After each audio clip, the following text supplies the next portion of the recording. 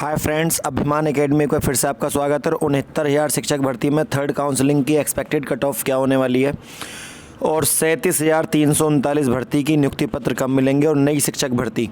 सबसे पहले बात करते हैं नई शिक्षक भर्ती के बारे में। आलोक अवस्थी है, बीजेपी के प्रवक्ता है, मंत्रालय में है और उत्तराखंड 89 जो न्यूज़ 18 का चैनल है उस पर इन्होंने आकर कहा था अभी कि यूपी में आगे की जो प्राइमरी शिक्षक भर्ती है वो 97,000 ये किस आधार पर कह रहे हैं मैं आपको बता देता हूँ कि उत्तर प्रदेश में 2,40,000 शिक्षकों के पद खाली हैं। 2,40,000 शिक्षकों के पद खाली हैं, जिसमें से पहले ये पद जो थे वो लगभग 3.5 लाख खाली थे। अब 3.5 लाख पदों में से आपने देखा होगा कि 68,500 की भर्ती हुई, उसमें से 42,000 चयन हो गए और 69,000 ये, तो लगभग 2,40,000 में से आप कह सकते हो लगभग 1.5 लाख शिक्षकों के पद अभी भी खाली हैं। तो यदि 97,000 शिक्षकों के पदों पर भर्ती आती है तो ये बहुत ही खुशी देने वाली खबरें हैं। हालांकि 97,000 जो एक आंकड़ा है ये अविश्वसनीय है, क्योंकि इतनी बड़ी भर्ती आज तक कभी आई नहीं है। अगर आ जाती है तो बहुत मोस्ट वेलकम है सरकार का, यदि सरकार ऐसा करने में सफल होती है। वैसे ये तो आप मानकर चलिए कि नई शिक्षक भर्ती 65,000 पदों से तो ज़्यादा ही आएगी। कम से कम जो पद थे वो 51,112 पद हैं और 51,112 पद से फिर 65,000 की हुई। अब 92,000 की एक खबर निकल कर आ रही है सरकार के द्वारा ही, सरकार के मंत्रालय द्वारा ही, जो कि बहुत ही अच्छी चीज़ है। कुल मिलाकर ये तो आप सोच कर चलिए कि 51,112 पद जो ऐश्वर्या भाटी मैम है, जो अब जज बन गई हैं हाई कोर्ट की, वो जो पहले एएसजी थी, असिस्टेंट सॉलिसिटर जनरल थी, वो सर्वोच्च न्यायालय में आपका उच्चतम न्यायालय में सॉरी, तो वो आपका अब यहाँ पर उन्होंने ये कहा था सबमिशन के टाइम ऑर्डर के कि जब उन्होंने रिजॉइंडर दाखिल हुआ था उसके तहत तब उन्होंने सबमिशन दाखिल किया सरकार ने अपना, तब उन्होंने कहा था कि हम 51,112 पदों को यदि आवश्यकता पड़ती है तो 69,000 भर्ती में जोड़ देंगे। पर सरकार ऐसा करने में जो है असफल रही और सरकार ने उन पदों को नहीं जोड़ा। और सरकार चाहे तो अब भी जोड़ सकती है, लेकिन सरकार ने ना ही तो शिक्षा मित्रों की तरफ देखा और ना ही कम गुणांक वाले छात्रों की तरफ देखा। सरकार ने अपनी भर्ती को करके नई भर्ती निकाल के नया धन अर्जित करने के बारे में सरकार ने सोचा। खैर, यदि सरकार पदों को जोड़ देती है तो बहुत अच्छी बात है। इसके अलावा जो दूसरी बात है वो बात है 37,339 के नियुक्ति पत्र। तो जो बातें इस समय हो रही हैं मैं उन सभी से आपको अवगत करा देता हूँ। सबसे पहले बात कर लेता हूँ मैं टीजीटी पीजीटी का जो बात है। इन्होंने क्या करा कि तदर्थ शिक्षकों को कुछ वेटेज दिया हुआ है। अब तदर्थ शिक्षक आपको पता है सबसे पहले जनरल की सीट है, फिर आपका ओबीसी की है, फिर आपका एससी है और फिर आपका एसटी है, फिर आपका दिव्यांग कोटा का है, सब ऐसे है। अब कोई भी अभ्यर्थी को आपने तदर्थ शिक्षकों को शामिल किया, आपने इनको वेटेज दे दिया। जैसे कि आपने 69,000 शिक्षक भर्ती में शिक्षा मित्रों को दिया था, आप चाहते तो उन सबको नियुक्ति पत्र भी दे सकते थे और चाहते तो आप उनके लिए अलग से भर्ती निकाल सकते थे, लेकिन आपने एक फ्रेश भर्ती में उनको मौका दिया। जब आप किसी को फ्रेश भर्ती में कुछ आप गुणांक देते हैं, कुछ बोनस अंक देते हैं या आप कुछ अलग से अधिमान देते हैं, कुल मिलाकर यदि आप किसी को भी वेटेज देते हैं किसी भी तरह का, तो वो सबसे पहले वो किसकी सीटों को काटेगा? वो सबसे पहले जनरल की सीटों को काटेगा, ऊपर अनरिजर्व कैटेगरी से हम बोलते हैं उसकी। क्यों काटेगा? क्योंकि आप बताइए 500 नंबर का टीजीटी पीजीटी का एग्ज़ाम है। 500 नंबर में यदि कोई अभ्यर्थी टीजीटी मानिए 500 नंबर में से यदि कोई अभ्यर्थी 25 नंबर पहले से ही लेकर बैठा है 500 में से, तो वो एससी ओबीसी तो छोड़िए, आप अनरिजर्व कैटेगरी की जो हायर मेरिट वाले गुणांक होंगे उनकी सीट ख़त्म।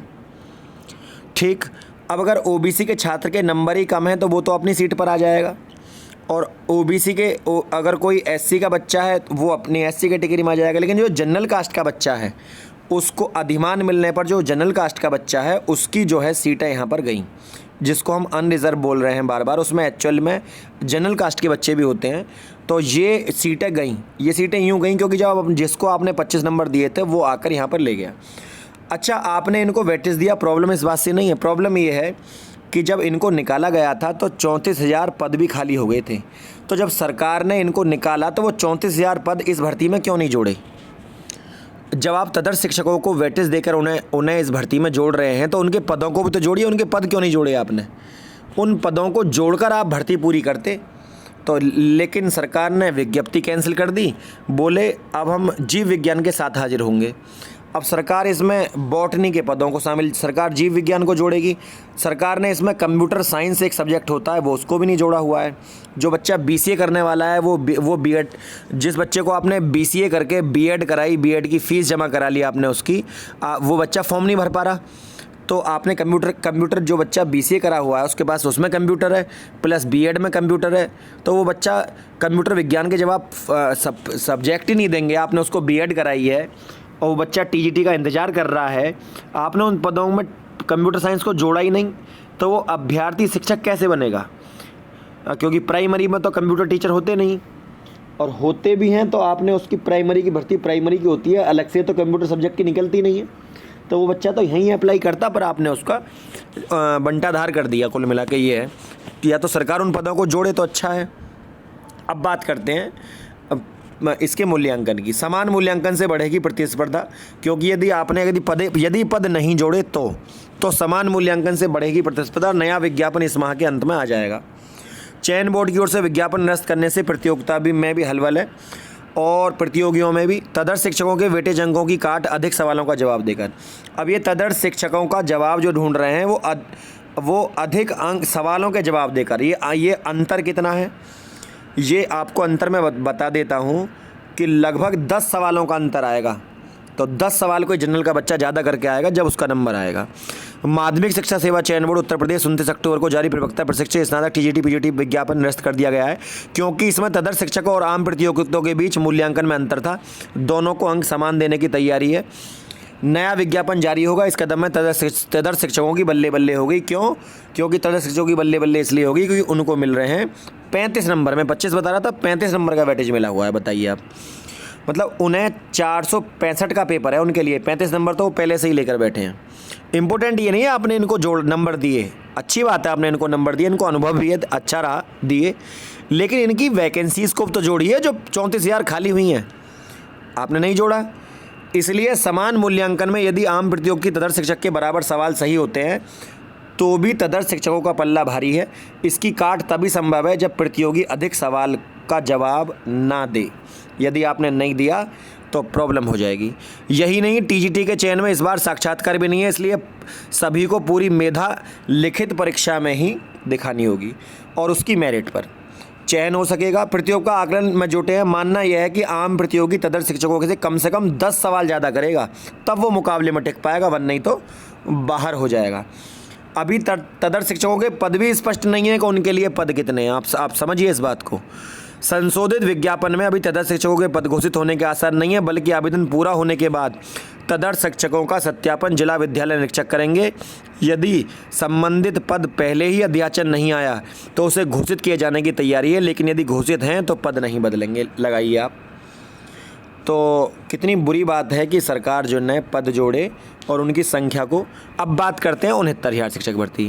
69,000 कट ऑफ मामले में कोर्ट में आदेश के बाद खाली 36,590 पदों पर भरने की तैयारी शुरू हो गई है। 15 दिन में मिल सकता है नियुक्ति पत्र।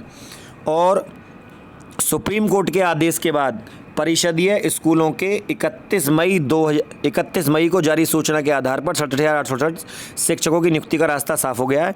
इस भर्ती में पहले से ही 31,277 शिक्षकों की नियुक्ति प्रक्रिया पूरी हो चुकी है। अब बेसिक शिक्षा परिषद में खाली बचे 36,590 पदों पर भर्ती की जाएगी। सुप्रीम कोर्ट का आदेश आने के बाद अब बेसिक शिक्षा परिषद इन पदों पर भर्ती करने में लग गया है कि पद जो है अब भर दिए जाएँ, लेकिन कहने और करने में आपको पता है अंतर होता है। अब देखिए इसमें क्या है, अभ्यर्थी एक दूसरे को फ़ोन करके खुशी साझा कर रहे हैं कि हमारे जो है लिस्ट में नंबर आ गया है। उनका चयन मई में जारी सूची में प्रतापगढ़ जिले में हुआ था। अधिक अंक पाने के बाद उनका चयन नहीं हो सका। उन्होंने बेसिक शिक्षा परिषद में अपना प्रत्यावेदन भी दिया है। अब कोर्ट के फैसले के बाद उन्हें लग रहा है कि सही मायने में न्याय हुआ है। इस प्रकार उमेश दुबे का चयन अलीगढ़ में हुआ। उन्हें कोर्ट में फैसले के बाद अब नौकरी दूर नहीं लग रही है। वहीं मेरिट लिस्ट में शामिल रोहित तिवारी, मनीष सिंह अन्य अभ्यर्थियों में खुशी कह रहे हैं और ये अच्छी बात है भैया, किसी को नौकरी मिले। और लेकिन जो देखिए लिखित परीक्षा में देखो 1133 सीटें खाली हैं। सरकार चाहती तो इनको बैकलॉग सीट के थ्रू जोड़ सकती थी, पर सरकार ने इनको, बैकलॉग का मतलब है सरकार एसटी की बची हुई सीटों को एससी में जोड़ सकती है, पर सरकार ने इनको नहीं जोड़ा। सरकार 69,हज़ार की जगह 69,000 पद थे, 67,867 की लिस्ट लगा रही है। तो सरकार ने जो ये 1133 पद हैं, सरकार इनको बचाकर अगली भर्ती में ले जाएगी, पर एससी छात्र को ये सीटें मिलनी चाहिए थी, वो नहीं मिली। इम्पोर्टेंट ये नहीं है, देखो यहाँ पे लिखा हुआ है नहीं मिलने के कारण उनकी सीटें खाली रह गई थी। तो 6 जून से काउंसलिंग है, पहले थी, इस बीच 3 जून सुप्रीम कोर्ट ने रोक लगा दिया था। आपको सबको पता ही है, मैटर के समझाने के कोई फ़ायदा नहीं है। जो बच्चा 69,000 शिक्षक भर्ती किया उसने ऐसे लेख बहुत पढ़े होंगे। अच्छी शिक्षा पाना बच्चों का अधिकार है। सुप्रीम कोर्ट ने बड़ी अच्छी टिप्पणी करी कि अच्छी शिक्षा पाना बच्चों का अधिकार है, ऐसे में शिक्षक भी योग्य होने चाहिए। इसलिए लिस्ट 60-65 पर तय की गई है। ये बात तो हमेशा ही बोली जा रही थी, सुप्रीम कोर्ट ने शुरू से ही कहा था। और भाई अब आते हैं एक्सपेक्टेड कट ऑफ पर। एक्सपेक्टेड कट ऑफ इतनी है कि लगभग 1 से 1.5% मेरिट गिर जाएगी। वैकेंसी यदि 5,000 खाली होती हैं तो 1% गिरेगी, अगर 7,000 खाली रह गई हैं तो 1.5% गिर जाएगी। इस 1.5% से नीचे मेरिट नहीं गिरने वाली है। ऐसी सूरत में गिर सकती है जब ज़्यादा सीटें खाली हो जाएं 7,000 से भी। 7,000 से ज़्यादा क्यों खाली हो जाएंगी? क्योंकि लगभग 3500 के समथिंग पहली लिस्ट में खाली हो गई और 3500 ही लगभग दूसरे हाफ में खाली हो जाएंगी, तो लगभग 7,000 सीटें आपकी खाली रहने वाली हैं। अब कुछ संशोधन का भी बच्चे मिसगाइड कर रहे हैं अभ्यर्थियों को। संशोधन में किसी तरह की कोई छूट नहीं दी जा रही है। जिनके नाम नंबर में कोई मिस्टेक है तो सही हो जाएगी, जिससे चयन सूची बदलती हो ऐसा कोई नंबर ना तो बढ़ने वाला है ना घटना। नंबर का मतलब जो आपके प्राप्तांक हैं, पूर्णांक है, उसमें कोई बदलाव नहीं होगा। आप कुछ भी और बदलाव कर सकते हैं, उनका वेलकम है। तो 7,000 में से 1,000 बच्चे और निकाल दीजिए, क्योंकि 1,000 बच्चे पुराने वाले आ जाएंगे। तो 6,000 पदों पर लगभग जो मेरिट गिरेगी, जो आपको जो अनरिजर्व कैटेगरी की मेरिट थी वो थी 67.1, ये आपकी गिर जाएगी 66.1 पर भी। और हो सकता है आप इस 1.1 को हटा दीजिए, 66 मतलब 65.9 वाले का भी यहाँ पर थोड़ा सा चांस बन रहे हैं। लेकिन भरोसा पूरा नहीं दिला सकता। क्यों? क्योंकि वो बचे हुए पदों के आधार पर होगा। अब बात कर रहे हैं ओबीसी की। ओबीसी की लिस्ट लगी थी 66.7 पर, सीधा 0.7 कम कर दीजिए और 0.7 में आप 0.5 और कम कर दीजिए। कुल मिलाकर ये जो है 65.5 पर ओबीसी की लिस्ट यहाँ पर आ सकती है। अब बात करते हैं एससी की।